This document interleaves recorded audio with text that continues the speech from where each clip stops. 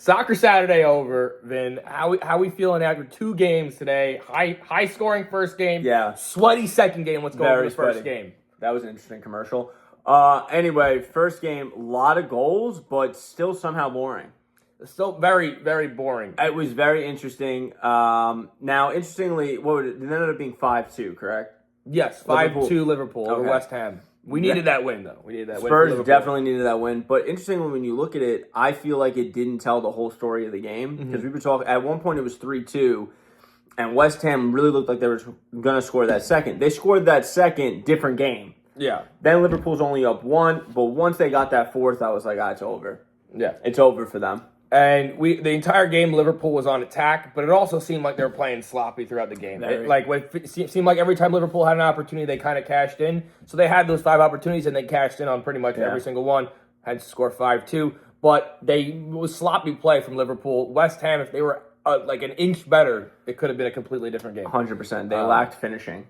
And we watched a horrible West Ham game last week versus, what was it, Bournemouth? That one was even worse. That was worse. It was 97 minutes of straight garbage. Huge win for the Spurs on behalf of Liverpool. Thank you very much. We now have another game, an opportunity to move up in the relegation standings and move away from the relegation standings. Actually, hopefully Spurs win Sunday versus Fulham.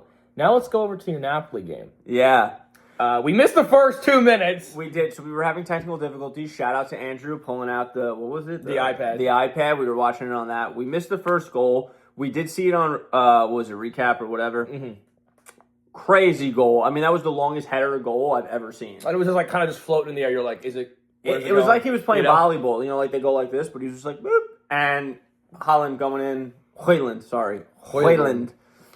Great goal.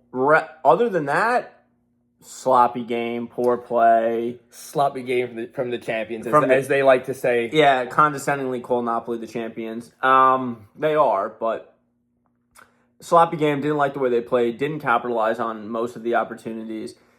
I think they're leaving Verona now. Like, okay, let's get out of here. Like, they stole something. Like, they're hot, right? They're like, let's leave because they pulled that out by the skin of their teeth. And shout out to Lukaku. He was getting taunted, calling chubby, calling whatever. Yeah, we can't say that. But honestly, I'll throw in the reaction at this point. Mazzotti has to go into the middle. Giovanni.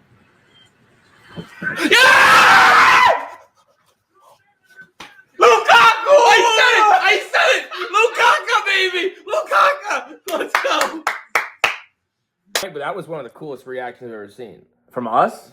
Reactions and goals. Yeah. So you're going to enjoy that clip of us.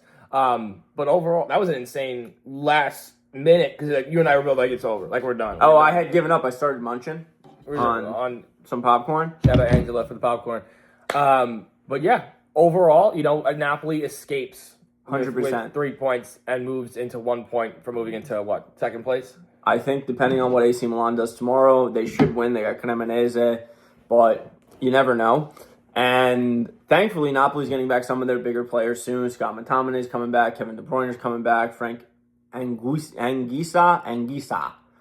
Who hasn't been a part of the team for most of this year, right? Most of the year. I don't even remember watching because we watched a lot of Napoli games. It was the first couple of games, and then he got injured. So, it's exciting to have these. And I was saying this to Andrew on live. Most of these players playing wouldn't start if it wasn't for the injury. So, they're not the Napoli of last year for sure, but I still think that they should be able to finish, as we literally see Osimhen on the commercial. But they should be able to finish top 5, I think, easily. Top 5. I think a hopeful top 3 finish. That would be great. Just depends on how Roma finishes their season as opposed to Napoli. Absolutely.